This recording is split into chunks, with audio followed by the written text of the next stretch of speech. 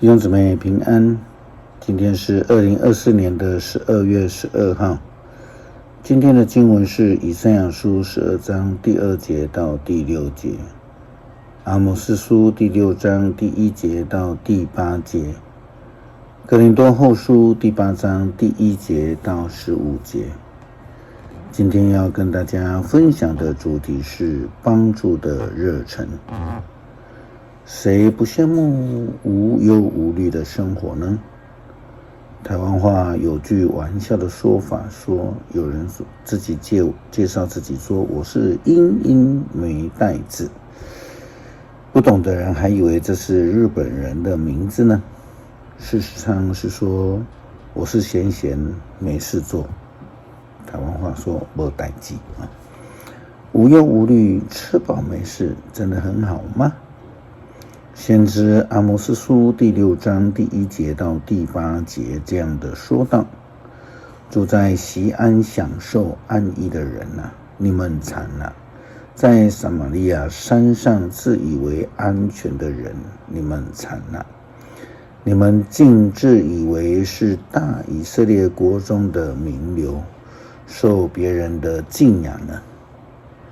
你们到贾尼城去看看，再到大哈马士，然后到非利士人的加特城去考察，这些国家中哪一个不比犹大和以色列强盛呢？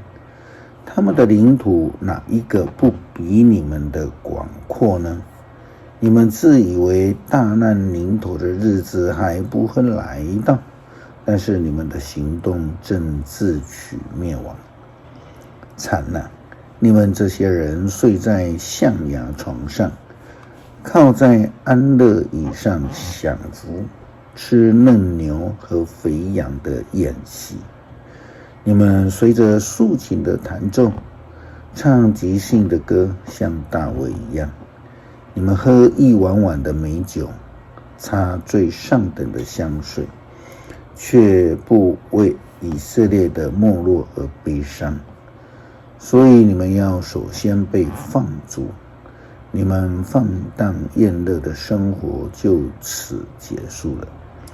至高的上主，万军的统帅，上帝指着自己发誓说：我痛恨以色列人的骄傲，我讨厌他们的豪华的住宅，我要把他们的首都和里面的一切都交给他们的敌人。是的，不要以为自己很闲很好，不要自以为在国的里面是名流，别人没有你是不可以的，以为自己很受敬仰。先知告诉以色列人，千万不要骄傲，自以为了不起。所以说，一山还有一山高，人外有人，天外有天。虽然自己可能有几把刷子，但又如何呢？没有爱心，没有热忱，不愿意遵守规矩，却又自以为中规中矩。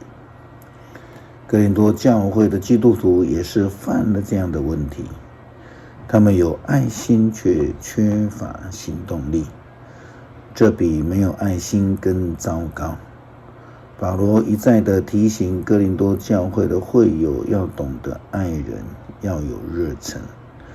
哥林多后书第8章第1节到15节。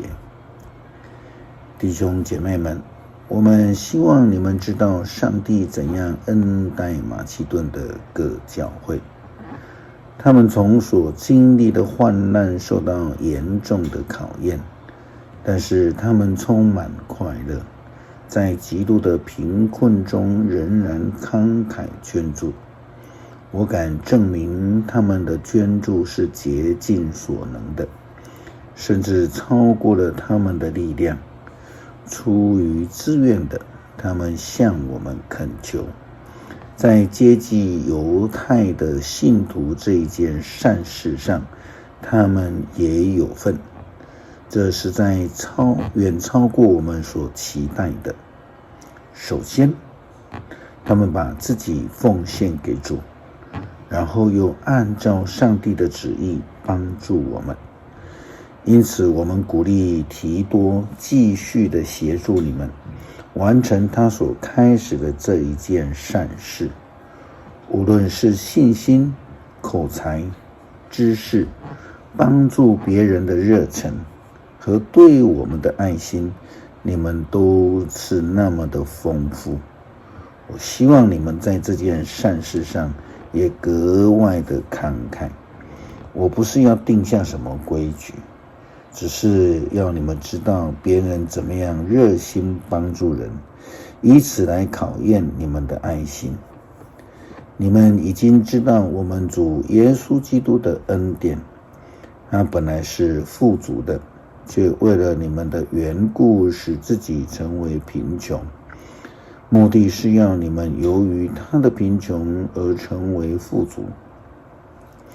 对于这件事，我认为你们最好在这时候完成去年开始的募捐。你们不但是最先有这行动的，也是最先有意愿这样做的。那么坚持下去，完成这件工作吧。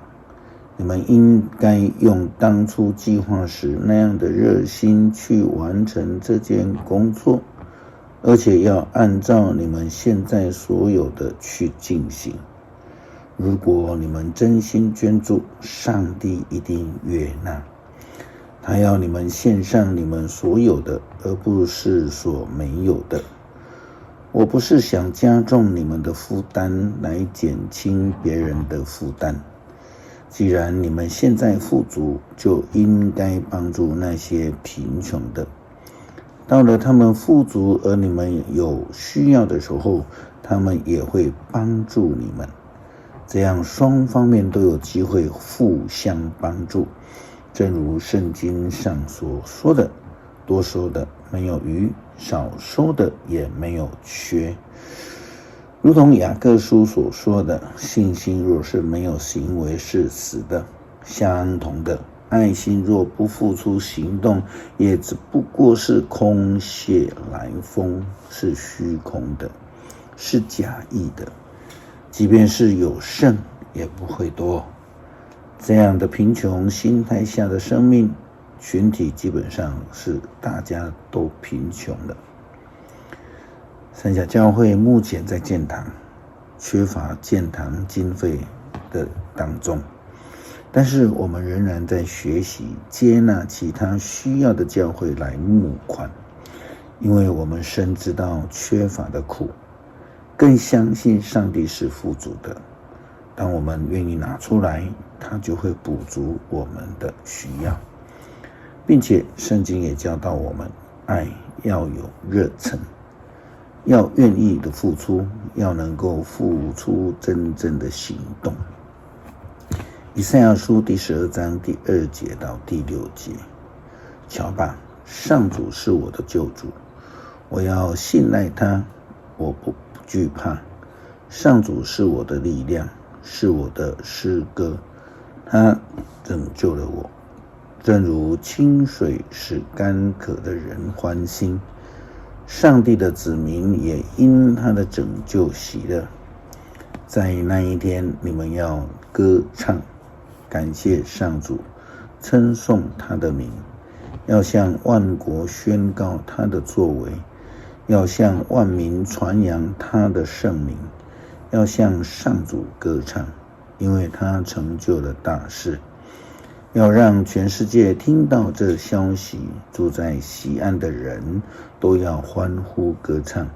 以色列神圣的上帝是多么的伟大呀！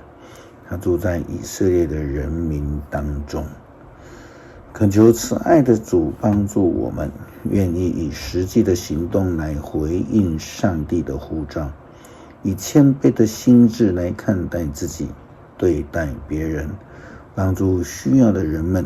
因为主应许谦卑的必得高举，高傲的必被降卑。